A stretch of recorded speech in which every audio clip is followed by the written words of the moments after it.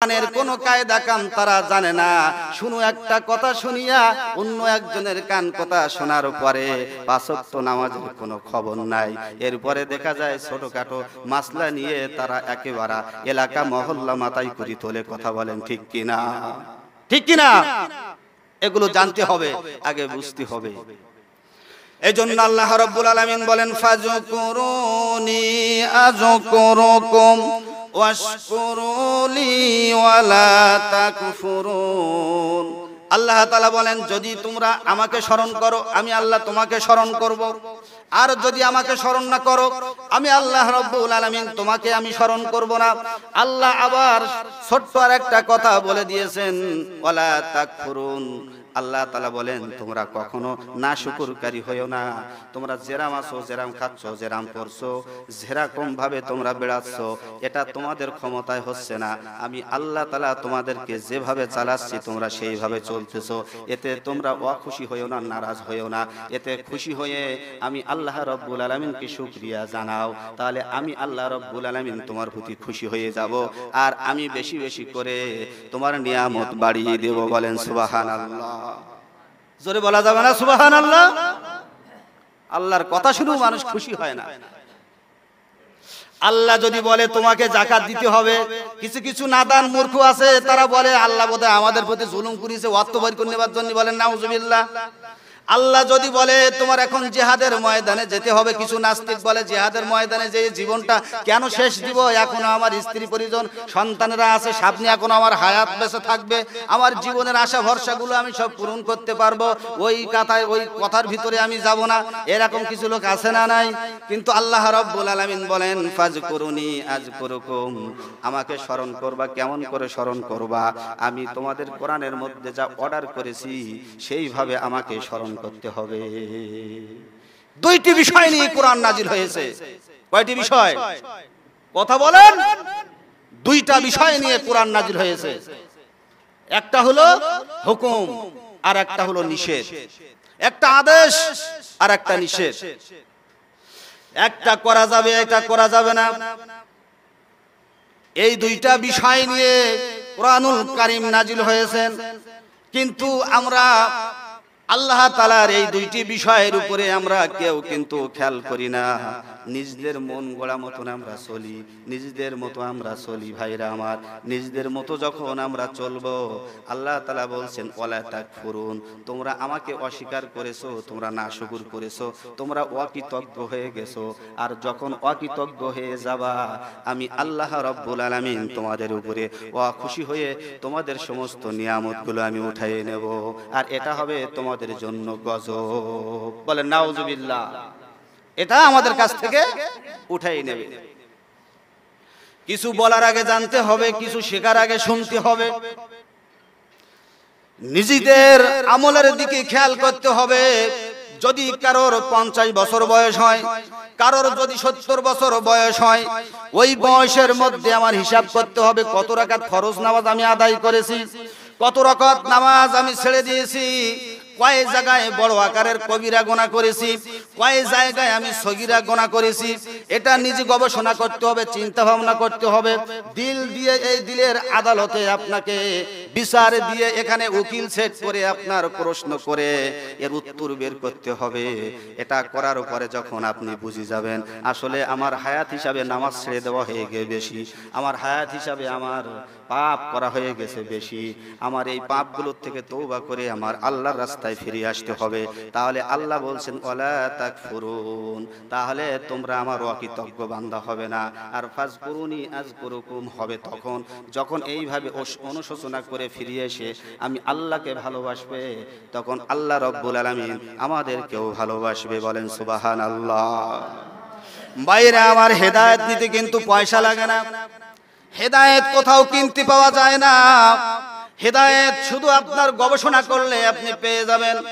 কিতাব পড়বেন, আলেমদের কাছে যাবেন, সেখান থেকে আপনি শিক্ষা নেবেন, আপনি হেদায়েত পেয়ে যাবেন।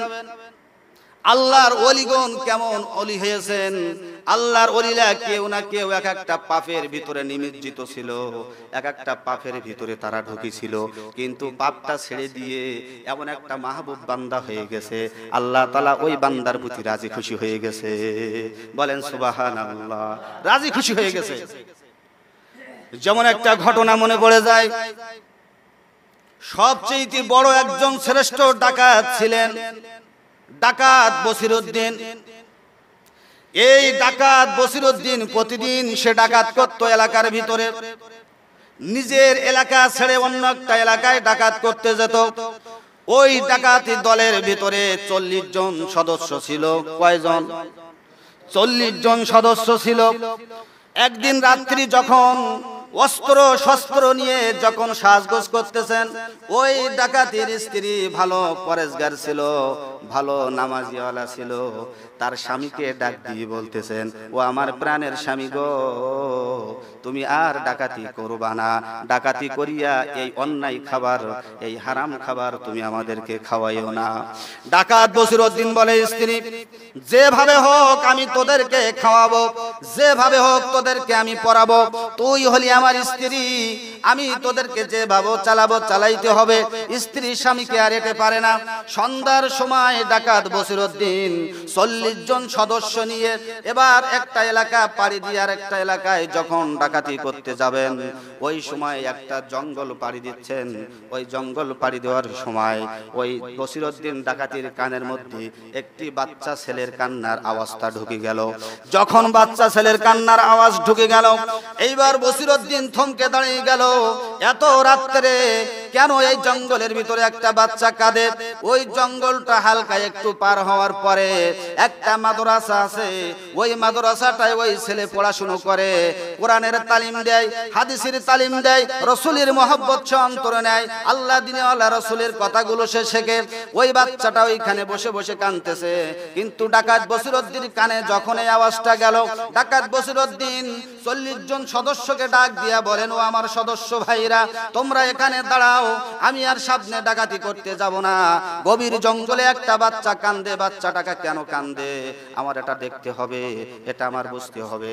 এইবার 40 জন সদস্যরা বলতেছে, ওস্তাদ আপনি ওখানে আর যাবেন না, তাহলে আমরা যে কাজের জন্য আমরা বেরোইছি এই কাজে আমরা যেতে পারবো না, এখন রাত অনেক হয়ে গেছে, ওখানে ঘুরে আসতে আসতে আপনার সময় শেষ হয়ে যাবে, আজকে রাত্রে আমরা ডাকাতি করতে পারবো না।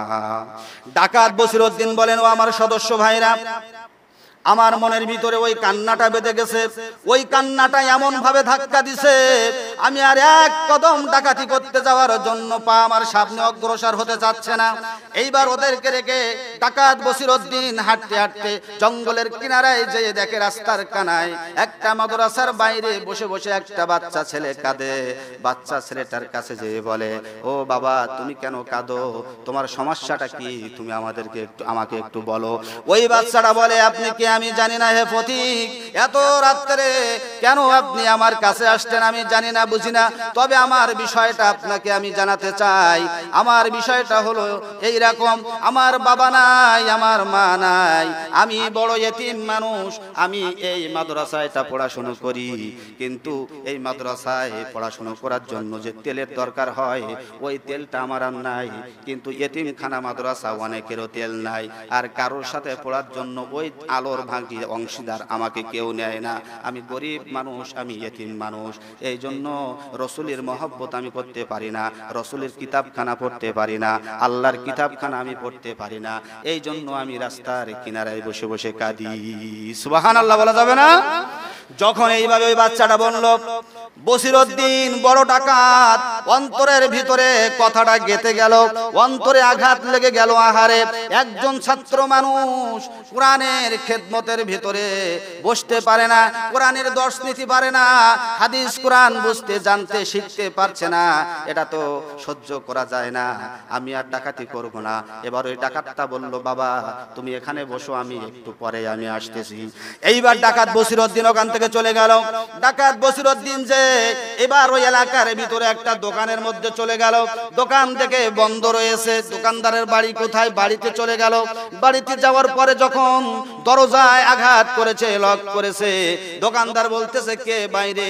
ডাকাত বসিরউদ্দিন বলতেছেন আমি হলাম ডাকাত বসিরউদ্দিন, আমি একটি মাল নিতে এসেছি। দোকানদার আর দেরি করলো না। ডাকাত দেখতেছে দেরি করলে আবার আমার ক্ষতি হয়ে যাবে, সমস্যা হবে। বলল হুজুর আপনি বাইরে দাঁড়ান, আমি দ্রুত আসতেছি। এবার যখন বাইরে দ্রুত আসলো, বলল কি সমস্যা? বলল দোকানে চলো, আমার কেরোসিন তেল লাগবে। এইবার ডাকাতটার সাথে করে নিয়ে দোকানদার দোকানে গেল। বলল আমাকে এক টিন তেল দাও, এই তেলটা আমি মাথায় করে আমি নিয়ে যেতে চাই। দোকানদার বলল বসিরউদ্দিন উস্তাদ আপনি কেন এই তেল মাথায় করে নিয়ে যাবেন? বিয়াদবি মাফ করবেন, এই তেলের ট্যাঙ্কিটা আমি নিয়ে যাব, তেলের ড্রামটা আমি নিয়ে যাব, আপনি কেন কষ্ট করবেন? এবার যখন টাকাটা দিতে যাচ্ছে, দোকানদার বলল টাকা দেওয়া লাগবে না। তার মানে ডাকাত তো ও ভয় করেছে, টাকা দেওয়া লাগবে না। বলল না আমি টাকাই দেব, তোমাকে টাকা নিতে হবে। জোর করে ধমক দিয়ে টাকা বা দিয়ে দিল। এইবার ভাইয়েরা আমার গভীর মনোযোগ কান লাগান। আল্লাহর ওলি হতে কিন্তু পয়সা লাগে না। আল্লাহর ওলি হতে ওই মক্কায় যাওয়া লাগে না। আল্লাহর ওলি হওয়া যায় বাড়ির থেকে, আল্লাহর ওলি হওয়া যায় কোরআন থেকে, আল্লাহর ওলি হওয়া যায় মসজিদ থেকে, আল্লাহর ওলি হওয়া যায় মসজিদের ইমাম থেকে, আল্লাহর ওলি হওয়া যায় পাড়ার মহল্লার ইমাম থেকে, আল্লাহর ওলি হওয়া যায় আধ্যাত্মিক জ্ঞানে চিন্তা ভাবনা করে পাপকে ছেড়ে দিয়ে আল্লাহর রাস্তায় রুজু হওয়া, এভাবে আল্লাহর ওলি হওয়া যায়। ভাইয়েরা আমার গভীর মনোযোগ। এইবার ডাকাত বসিরউদ্দিন তেলটা মাথায় নিয়া যখন ওই সন্তানের কাছে আসলো, ওই সন্তানের কাছে এসে বলল বাবা এই নাও তোমার জন্য আমি তেল নিয়ে আইছি, মাদ্রাসায় যাও, ওখানে যেয়ে তুমি পড়াশুনো করো। বাচ্চাটার সাথে করে নিয়ে মাদ্রাসায় ঢুকাই দিয়ে আসলো। এইবার বসিরউদ্দিন ওখান থেকে এবার চলে আসলো মাদ্রাসা থেকে। এবার যে সাথীরা দাঁড়িয়েছিল সাথীদের কাছে আসলো। সাথীদের কাছে আসার পরে বলতেছো আমার ডাকাত সাথীরা ভাই আমি আর জীবনে ডাকাতি করব না, ডাকাতি করার নেশা আমার অন্তরের ভিতরে আর নাই। এবার আমি এখান থেকে বাড়ি চলে যাব। তোমরা যদি চাও তোমরা আল্লাহর পথেই ফিরে আসতে পারো, আর নাইলে তোমরা যে পথে আসো তোমরা চলতে পারো, তোমাদের সাথে আর আমি ডাকাতি করতে যাব না। এইবার ডাকাত বসিরউদ্দিন বাড়িতে চলে গেল। ডাকাত